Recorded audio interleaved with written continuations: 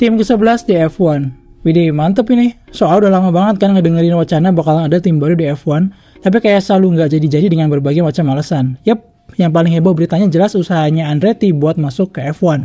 Tapi yang kita tahu, itu kan selalu ditolakin tuh sama tim F1 dan Liberty Medianya juga. Udah dari kapan tahu Andretti mau masuk ke circle F1, tapi kayak nggak diboleh-bolehin gitu sama yang lain. Terus lama nggak ada kabar, dikirain kayak udahan kan. Nggak taunya tiba-tiba F1 ngumumin kalau Cadillac akan join di F1 sebagai tim ke-11 di bulan November 2024 kemarin. Cadillac dipastikan akan join di grid mulai musim 2026 dan jadi tim ke-11 di grid. Lah ini kan kayak gimana sih lu? Si Andretti dari kemarin lu tolakin terus. Ini tiba-tiba ada nama Cadillac main masuk-masuk aja. Mungkin banyak dari lu yang bingung atau nggak ngeh dari mana nih tiba-tiba ada Cadillac kan? Nah, di video ini gue mau bahas gimana sih ceritanya Cadillac kok bisa tiba-tiba masuk ke dalam circle F1 dan kira-kira gimana ya prospeknya. Biar gak bingung, gue mau jelasin dulu gimana caranya buat jadi tim baru di F1 itu. F1 itu kan eksklusif banget, apalagi zaman sekarang ya. Kalau dulu kayak era-era 70-an sampai 90-an mah siapa juga bisa balapan di F1. Asal punya duit. Bahkan duitnya ngepas sekalipun cuma bisa buat balapan F1-nya aja, ya dulu masih bisa aja masuk ke F1. Kayak contohnya Andrea Moda dan banyak lah ya tim kelas camping F1 di zaman dulu itu. Kalau sekarang mah udah nggak bisa, semuanya udah bener-bener serius, dan kalau ada yang mau masuk ke circle F1 ini, harus semuanya setuju dulu. Nah di F1 ini ada beberapa stakeholder atau kayak orang-orang pentingnya atau pemainnya gitulah. Pertama ada FIA sebagai governing body utama, terus FOM, manajemen F1, yang sekarang dipegang sama Liberty Media, terus tim-tim F1 yang udah ada di grid. Nah kalau ada tim baru yang mau masuk ke circle mereka, 3 komponen ini harus semuanya setuju dulu. Kalau lu oke, lu bisa masuk ke circle kita. Kalau enggak ya maaf, nggak bisa. Gampangnya kayak gitu.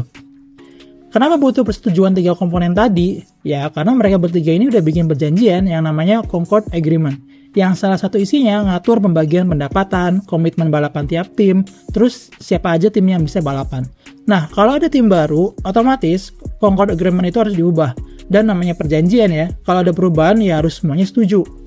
Di Concord Agreement yang sekarang juga ngatur kalau ada tim baru yang mau masuk ke F1, maka harus bayar dulu yang namanya uang dilution fee. Nilainya itu sebesar $200 juta. Ini jadi kayak semacam gatekeepingnya F1 supaya mastiin nggak ada lagi tim-tim nggak jelas yang tiba-tiba masuk ke F1 kayak zaman dulu. Dalam prosesnya tentu ada pengajuan formal yang harus dilakukan oleh siapapun yang mau jadi tim baru di F1. Jadi kayak misal nih, lu punya tim balap yang mau balapan di F1, ya lu bikin dulu proposalnya, terus diajuin lah ke FIA. Nanti proposalnya masuk, semua akan direview dulu sama FIA. Jadi FIA ini sebagai saringan pertamanya gitulah. Nanti dicek semuanya sama FIA beneran oke atau enggak. Kalau beneran oke, maka nanti dapat lampu hijau. Proposalnya akan diajukan ke F1 Management dan tim-tim F1. Nah disinilah susahnya nih. Lampu hijau dari FIA aja nggak cukup. FOM sama semua tim F1 harus setuju dulu. Kalau nggak mau ya sampai lebaran kuda juga tetap aja pada nggak bakalan terima tuh proposalnya kan. Tapi kalau misalnya FOM sama tim F1 yang setuju, gas lah tim baru ini akan masuk ke F1 dan turun balapan. By the way, proses yang gue jelasin tadi sih ya dalam praktiknya bisa banget ada beda-beda tipis atau prosedurnya bisa beda lah ya. Ya maklumin. Nama juga gue kagak pernah bikin dan ngajuin proposal kayak buat tim baru F1 kan. Cuma modal baca-baca doang. Jadi ya udahlah ya. Tapi intinya kurang lebih kayak gitu sih. Sebelum gue lebih panjang lebar lagi ngebahas tim ke-11 ini, Cadillac, gue mau kenalin dulu siapa sih nama-nama yang berusaha sama Cadillac dan siapa aja orang di baliknya. Tentu yang paling pertama dan utama, jelas keluarga Andretti dulu lah ya. Karena tim Cadillac ini ya muaranya dari sini semua. Jadi ada 2 nama, bapak dan anak Andretti. Dua-duanya mantan pembalap F1. Jadi udah kenal banget juga sebenarnya sama dunia F1. Yang bapak namanya Mario Andretti. Opa Mario ini pernah jadi juara di F1. Tahun 78 bareng tim Lotus. Kalau yang bapaknya ini termasuk pembalap sukses di F1. Bahkan kesuksesannya di F1 itu ngebuat nama Andretti jadi punya konotasi yang balap banget kalau di Amerika. Ya mirip-mirip kayak Schumacher atau Hamilton gitulah. Nah anaknya, Michael Andretti, Michael ini sempat balapan juga di F1 di era 90-an awal. Tapi Michael ini di F1 cuma balapan semusim bareng McLaren terus udahan. Ya mungkin emang rezekinya bukan di F1 ya, rezekinya ternyata di Amrik. Soalnya di seri kart, dia termasuk pembalap papan atas. Pernah juara seri sekali dan 5 kali jadi runner-up. Jelas bukan pembalap ecek-ecek dong ya di kartnya. Dengan rentetan prestasi bapak anak Andretti ini, wajar dong kalau brand Andretti di Amerika itu udah terkenal banget di dunia balapnya. Dan emang bener-bener ngejual. Apalagi selain dua nama tadi, masih banyak nama Andretti lain yang jadi pembalap juga. Kayak misalnya ada Jeff Andretti, adiknya Michael Andretti. Terus ada Marco Andretti, anaknya Om Michael yang sekarang balapan juga di NASCAR. Dan masih ada lagi sih, cuma yaudahlah ya nggak usah gue bahas semuanya. Intinya sih keluarga Andretti ini bener-bener udah kayak dinasti balap di Amerika. Tapi dalam bahasan ini, kita fokus sama dua nama aja ya.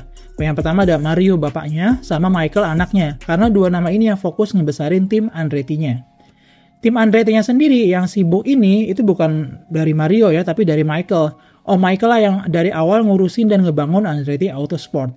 Dalam perkembangannya, tim Andretti ini nantinya kan kerjasama tuh sama General Motor. Jadi ada General Motor di sini. GM itu posisinya udah jadi salah satu pemain utama di dunia otomotif lah ya. GM yang pegang merek-merek kayak Chevrolet, Cadillac, GMC, Buick, sama Wuling.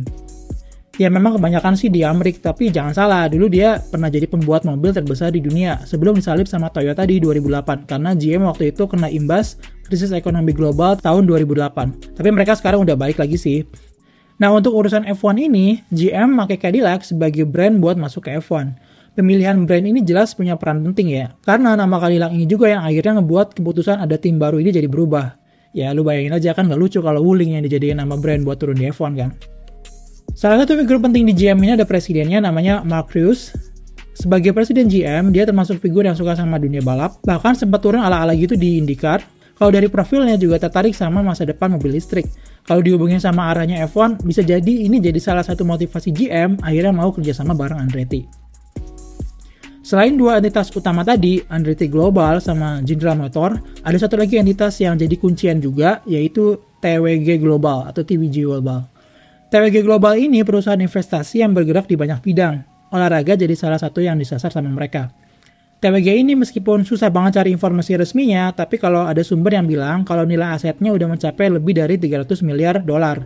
Wajar kalau dengan nilai kapital sebanyak itu, yang membuat CEO-nya, Mark Walter, bisa punya banyak bisnis di dunia olahraga. Salah satunya dia jadi pemilik tim MLB, Los Angeles Dodgers, dan sebagian besar saham di klub Chelsea. Nah, TWG Global ini perannya apa sih di kisahnya Andretti ini? Nah, dialah yang jadi investor utama Andretti ini. Atau dengan kata lain, Andretti diambil alih sama TWG Global ini. Dan inilah yang ngebuat tawar Andretti jadi naik ya. Karena kalau hanya ngandelin uang dari Andretti aja, jelas nggak bisa buat masuk ke F1. Tapi karena diambil alih sama TWG, Andretti jadi punya cadangan uang yang cukup buat masuk ke F1. TWG-nya sendiri sebelum ngambil alih Andretti, mereka udah pernah jadi pemodal di tim balap lain. Jadi kayak udah bukan hal yang baru buat TWG masuk ke dunia balap. Nama TWG Global sendiri nggak pernah banci tampil atau jadi yang paling eksis. Jadi kayak nggak butuh lah gitu. Nama juga perusahaan investasi kan. Nggak perlu jualan brandnya dia. Dia bisa pakai brand lain yang penting cuannya. Jadi kita perlu paham gimana perusahaan investasi ini bekerja ya. Dan karena TWG yang pegang kendali, maka pilihan orang buat jalanin operasional tim Cadillac ini ya orang-orang pilihannya TWG. Kayak misalnya ada namanya Dawn Tauris yang ditunjuk jadi CEO Cadillac F1 dan Jerome Loudon yang jadi tim prinsipalnya. Oke ya, jadi kalau kita recap, ada dinasti Andretti yang bawa base Andretti Global, terus ada GM yang masuk bawa nama brand Cadillac buat dijadiin wajah barunya Andretti, dan terakhir TWG Global sebagai pemodal utama di balik Andretti yang kemudian berubah jadi Cadillac. Tentu ini dari sisi tim barunya ya, entitas lain ya biasalah ya, ada FIA sebagai governing body-nya F1, Formula One Management alias Liberty Media yang punya F1, dan Circle F1 yang isinya tim-tim F1 yang eksis di grid sekarang. Lanjut kita coba urai gimana sih perjalanannya tim Andretti ini bisa sampai akhirnya sampai ke F1 sebagai Cadillac F1. Awalnya Andretti ini adalah tim kart bernama Forsythe Green Racing di Amerika. Pertama kali tim ini balapan di musim 93. Nah singkat cerita, di tahun 2002, Michael Andretti beli tim ini dan diganti namanya jadi Andretti Green Racing. Nama Greennya masih ada karena Andretti nggak beli semua sahamnya waktu itu. Baru di tahun 2009, Andretti beli semua sahamnya dan jadilah Andretti Autosport. Udah bener-bener jadi Andretti banget. Sepanjang perjalanan tim ini, mereka tumbuh seiring waktu ya. Dari awal mereka cuma balapan di kart, tapi lama-lama terjun juga di berbagai ajang. Mulai dari IndyCar, Indy Light, dan Sports Car. Dan gak hanya sekedar ikut aja ya, tapi berprestasi hitungannya. Jadi di Amerikanya sendiri, nama Andretti ini udah termasuk sebagai salah satu powerhouse di dunia balap di sana. Dan gak berhenti hanya balapan di seri Amerika aja sih. Setelah dimiliki full sama Andretti, tim ini mulai ekspansif terus ke seri balapan dunia lain kayak Formula E dan Extreme E. Wajar kan ya kalau kemudian mereka mulai menyasar ke F1 juga. Semakin kesini arahnya Andretti semakin global. Demi memuluskan supayanya buat masuk ke F1, Andretti nge-rebrand lagi nama timnya jadi yang dari tadinya namanya Andretti Autosport jadi Andretti Global di tahun 2023 kemarin. Harapannya sih dengan adanya embel-embel global di namanya itu ngebuat kesana jadi lebih mendunia gitu. Nggak lagi cuma nyasar Amrik doang. Ya meskipun ganti nama aja nggak cukup sih buat ngeyakinin circle F1 supaya keterima di F1. Ya kali gitu doang cukup kan. Oke lah, itu kan tadi gimana Andretti berdirinya sampai sekarang tuh. Nah, sekarang kita coba telusurin gimana sih usahanya Andretti ini buat masuk ke circle F1. Perjalanan Andretti buat masuk ke F1 ini ternyata kalau dirunut-runut udah dari 2018. Kayak udah lumayan lama ya. Jadi pas 2018 di grid ini kan masih ada Force India tuh. Posisinya memang waktu itu Force India-nya udah kesulitan keuangan setelah balapan di F1 selama sedekade lebih. Apalagi pemiliknya Vijay Mallya waktu itu lagi kesandung kasus pajak di Indianya. Maka daripada ribet ngurusin Force India, ya mending dijual aja lah waktu itu kan si tim ini dijual. Ditawarin lah ke pasar, banyak yang tertarik buat take over, ada mulai dari BWT, terus Rich Energy, termasuk juga Andretti Motorsport. Tapi sayang Andretti waktu itu nggak bisa deal sama Force India, dan yang dapatkan waktu itu terus bapaknya si Stroll tuh, Lawrence Stroll, yang kemudian sekarang udah jadi Aston Martin. Ini jadi langkah pertama Andretti nunjukin minatnya buat balik ke F1 sebagai tim balap. Tapi emang yang pas 2018 ini kayak masih cek-cek ombak aja gitu sih. Jadi belum kelihatan serius. Makanya wajar kalau belum dapat deal waktu itu sama Force India. Lama nggak ada gebragan, Andretti kelihatannya kayak adem ayem aja. Apalagi di awal-awal masa Covid ya, 2020 sampai 2021, itu hampir nggak ada kabar lah dari si Andretti ini. Mereka baru ada geliat lagi itu di bulan Oktober 2021. Di awal Oktobernya ini sempat kencang banget kabarnya kalau Andretti siap mau nge-take over Alfa Romeo, alias Alfa Romeo dengan seperangkat Saubernya ya. Karena kalau ngomongin Alfa Romeo-nya F1, yaitu artinya dijual sama Sauber Motorsportnya. Pemilik Sauber, Longbow Finance, udah sempat buka diskusi itu sama Andretti. Andretti-nya sendiri waktu itu katanya punya backing dari perusahaan investasi gitu, namanya Islero Investment. Namanya sih nggak penting, tapi intinya Andretti ini kelihatannya bawa uang banyak nih. Tapi ternyata dealnya mentok. Longbow Finance nggak pengen jual Sauber di harga murah. Longbow matok harga di 350 juta euro plus jaminan 250 juta euro selama 5 tahun. Itu buat ngendep di bank, jadi kalau ada apa-apa itu uangnya bisa dipakai buat mastiin Sauber tetap jalan. Jadi kalau di total kurang lebih ya butuh sekitar 600 juta euro lah. Angka ini kemahalan buat Andretti, nggak kuat mereka. Wajar lah ya nggak kuat. Dulu aja pas 2018 itu, si Andretti ini cuma berani masang harga buat take over Force India itu cuma di angka 30 juta euro. Lah gimana bisa bayarin 600 juta kan? Terlalu jauh lah. Cuma kurang dari sebulan, di akhir bulan Oktobernya itu udah mentah rencananya Andretti buat beli Sauber. Di tahap ini, Andretti udah mulai kelihatan sedikit lebih serius soal kepengenannya buat masuk ke F1. Itu kan di Oktobernya tuh. Gak lama dari situ, di awal tahun 2022, di bulan Februari, Andretti nyoba lagi masuk ke F1. Mereka bikin lagi proposalnya.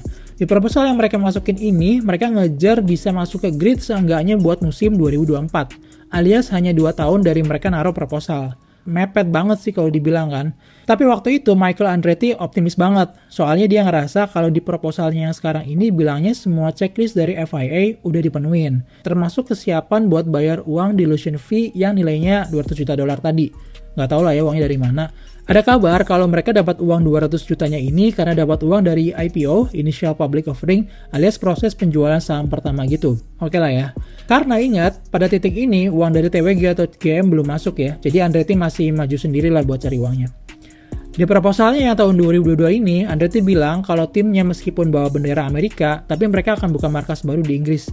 Mirip-mirip kayak Haas gitulah, punya 2 markas di Amerika sama di Inggris. Terus juga bilangnya mereka udah deal sama engine supplier. Belum dibuka siapanya sih. Tapi katanya sih sama Alpine waktu itu ya. Sama Renault. Dan yang lebih penting mereka bilangnya udah siap buat bayar 200 jutanya itu.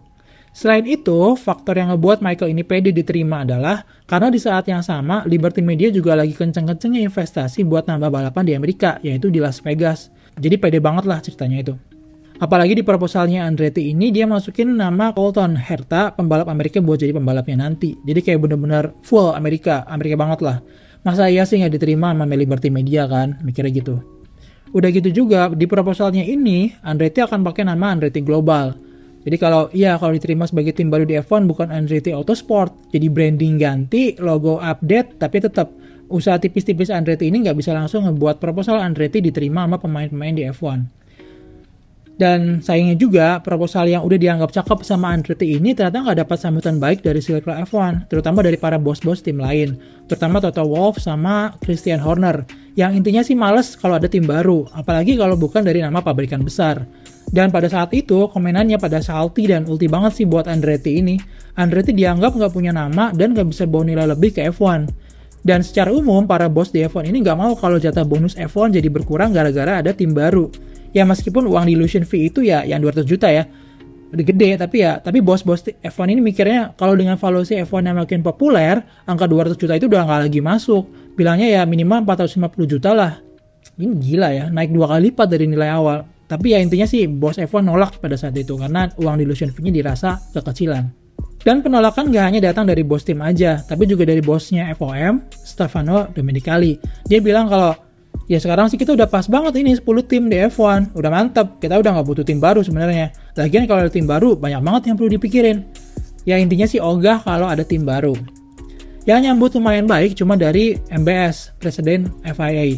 Ya dia mah ayo aja ya, cara nggak terlalu kena imbas gimana gitu kalau FIA mah. Dengan sambutan yang sebelah tangan kayak gitu, jelas masuk tong sampah sih itu proposalnya Andretti. Andretti pun mundur, mereka jelas kesel dong. Tapi ternyata Michael Andretti nggak nyerah sih, dia terus cari jalan. Andretti sadar kalau susah kalau hanya ngandelin nama Andretti-nya aja. Dia juga nyadar kalau harus ngegandeng pabrikan besar supaya proposal tim barunya ini lebih wah dan menarik. Soalnya di saat yang sama, pabrikan lain kayak Audi bisa-bisa aja masuk grid, bahkan diterima dengan baik. Maka dengan kesadaran penuh, Andretti mencoba ngegandeng GM buat jadi partner untuk usahanya masuk ke F1. Alhamdulillahnya sih dapat ya. Di Januari 2023, Andretti ngumumin kalau GM mau kerjasama sama mereka buat nyoba lagi masuk ke F1. Di titik ini, GM udah nunjuk Cadillac buat merek yang akan dipakai mereka sebagai branding tim F1-nya. Pada saat ngumumin deal ini, Andretti menargetkan bisa masuk ke grid di musim 2026. Dengan rekam jejak proposal yang kemarin, plus di saat yang sama, F1 juga lagi nggak buka peluang buat adanya tim baru, banyak media yang ngeprediksi kalau usahanya yang sekarang paling juga ditolak lagi gitu ya, sama F1 dan para bos tim. Dan lagi-lagi pihak yang simpatik sama usahanya Andretti ini ya cuma FIA aja, si MBS aja. MBS kasih komentar dukungan lagi setelah pengumuman kerjasama ini. Salah satu bentuk nyata dukungan MBS dan FIA ini adalah mereka membuka kesempatan untuk siapapun yang ingin masukin proposal buat jadi tim baru di F1. Ini kejadian di bulan Februarinya. Hanya sebulan dari pengumuman deal Andretti dan Cadillac itu. Tentu Andretti masukin lagi dong proposalnya. Selain Andretti dan GM, pabrikan besar lain juga ternyata ada minat setelah FIA ngumumin adanya kesempatan buat masukin proposal ini. Tercatat ada nama-nama kayak Honda, Ford, dan Porsche yang juga sempat tertarik. Mungkin lu inget ya rumor-rumornya itu, tapi setahu gua sih yang pabrikan yang besar ini pada akhirnya cuma jadi rumor aja. Ada lagi 3 nama lain yang masukin proposalnya buat jadi tim baru. Ada 2 tim F2, yaitu tim High-Tech sama Carlin. Terus satu lagi ada dari Asia. Nah setelah berbulan-bulan di review itu proposalnya, akhirnya di bulan Oktobernya FIA ngumumin kalau Andretti Cadillac yang pantas buat maju. Sedangkan 3 proposal yang lain ditolak. Cuma masalahnya, kayak tadi gue pertama jelasin, FIA ini baru pintu pertamanya ya. Jadi oke lah proposalnya udah diterima nih sama FIA. Tapi masalahnya FOM sama tim lain gimana? Terima juga nggak? Dan ini yang jadi tembok yang paling susah buat Andretti. Geng F1 yang udah paten itu kayak susah banget gitu nerima orang buat masuk ke circle-nya mereka. Pada akhirnya sih proposalnya kedua Andretti Cadillac ini nggak langsung diterima sama F1 juga. Karena mereka maunya kalau GM memang masuk ke F1, ya jangan cuma model branding aja, tapi beneran turun bikin mesin F1 dan jadi tambahan engine supplier baru. Nggak cuma modal nama aja kayak bawa nama Cadillac gitu kan. Ini yang bikin berat F1 buat nerima kehadiran Andretti Cadillac, meskipun Andretti udah gandeng nama GM. Ya bisa dimengerti sih, GM untuk jangka pendek memang sulit buat bangun mesin F1-nya sendiri. Bukannya apa-apa, nilai investasinya terlalu mahal untuk bikin mesin F1 hybrid dari nol. Padahal kalau boleh jujur, kondisi keuangan GM ya yang nggak top yang gimana juga. Dan Andretti-nya juga sadar betul nggak bisa ngandelin uangnya GM. Makanya dia ngandelin dana dari investor luar. GM mah buat kayak sebagai positioning dan bargaining power yang lebih baik. Langkah ini nggak salah sih, proposalnya Andretti Cadillac yang di tahun 2023 ini dapat dukungan formal dari McLaren dan Alpine. Tapi tetap aja, suara 2 itu nggak cukup cuy. Soalnya bos tim lain adanya nggak ada yang enak juga soal proposal Andretti Cadillac ini. Apalagi FOM dan Liberty Media-nya.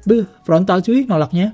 Dan kelihatannya FOM-nya ini kayak emang ngeblokir banget usahanya Andretti buat masuk ke F1. Soalnya dikomen lagi sama Domenicali setelah proposalnya masuk. Dia bilang kalau, udahlah daripada bikin tim ke-11, mending beli tim yang udah ada aja di grid. Lagi-lagi nge-ulti Andretti. Kalaupun ada komen positif dari Domenicali, itu paling bilang, kalau soal GM-nya sih bagus lah ya, dan kami terbuka kalau GM mau bikin mesin baru di 2028. Jadi kayak, yaelah cuma maunya dia aja. Pada akhirnya di Januari 2024, FIA dan FOM ketok palu kalau mereka nge-reject proposalnya Andretti Cadillac untuk kesekian kalinya. Di penjelasan F1 waktu itu adalah, kalau aja yang maju itu GM sebagai tim pabrikan yang bikin mesinnya sendiri, mungkin kita bisa terima buat nanti masuk di musim 2028. Intinya sih F1 maunya GM itu turun sebagai pabrikan benar, kayak Mercedes, Alpine, atau Ferrari, yang nggak cuma numpang nama aja tapi pakai mesin buatan pabrikan lain. Frustasi nggak sih lo kalau lo jadi Andretti? Mana lucunya di saat yang sama, F1 malah ngebolehin tim APX GP buat jadi tim ke-11. Ini tim tahu-tahu bisa langsung buka garasi, langsung turunin mobilnya, dan beneran tampil di race week di musim 2024. Sedangkan Andretti setengah mampus bikin proposal berkali-kali ya tetap aja tolakin. Kan ngeselin deh. Setelah proposal yang 2023 ditolak, makin nunjukin kalau FOM ini udah arahnya sentimen sih ke Andretti-nya ini. Karena kalau dari segi keseriusan, udah nggak usah ditanya lah ya, semua aspek udah dijalanin benar. Bahkan di awal 2024, Andretti ini beneran bangun markas di Inggris, nggak cuma wacana doang. Ditolakin berulang kali, buat lama-lama kesel juga. Ya mau gimana kan? Tapi ternyata kisah berulang kalinya ditolakin Andretti sama F1 ini kedengaran juga sama anggota Kongres Amerika. Atau DPR lah ya kalau di Indonesia mah. Akhirnya, anggota Kongres ini minta penjelasan ke Mario Andretti apakah dia dan timnya, Andretti, diperlakukan gak fair sama FOM. Salah satu undang-undang yang digunakan sebagai basisnya adalah Undang-Undang Antitrustnya Amerika. Jadi di Amerika itu ada Undang-Undang Antitrust yang isinya salah satunya mengatur supaya nggak boleh ada praktek monopoli atau persaingan nggak sehat. Yang intinya sih pihak Kongres ngerasa kalau Liberty Media ini sebagai yang punya F1 itu udah nggak adil sama Andretti dan terlalu melindungi tim-tim F1 lain. Gimana bisa coba Andretti udah seserius itu buat masuk ke F1 tapi ujung-ujungnya tetap ditolakin. Akhirnya ketemulah antara Andretti dengan pihak Kongres. Kemudian hasil dari pertemuan antara 12 anggota Kongres dengan Andretti ini ngebuat anggota Kongres butuh justifikasi dari Liberty Media. Jadi pihak Kongres nanya, apa justifikasinya Liberty Media sampai ini ada tim Amerika mau ikutan circle-nya, kok terus-terusan lu tolakin?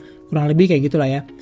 Dan karena kebetulan Liberty Media-nya memang dari Amerika kan, makanya jadi kena banget itu undang-undang mereka. Dukungan dari Kongres ini akhirnya nggak mungkin sedikit banyak ngebuat Liberty Media akhirnya melunak.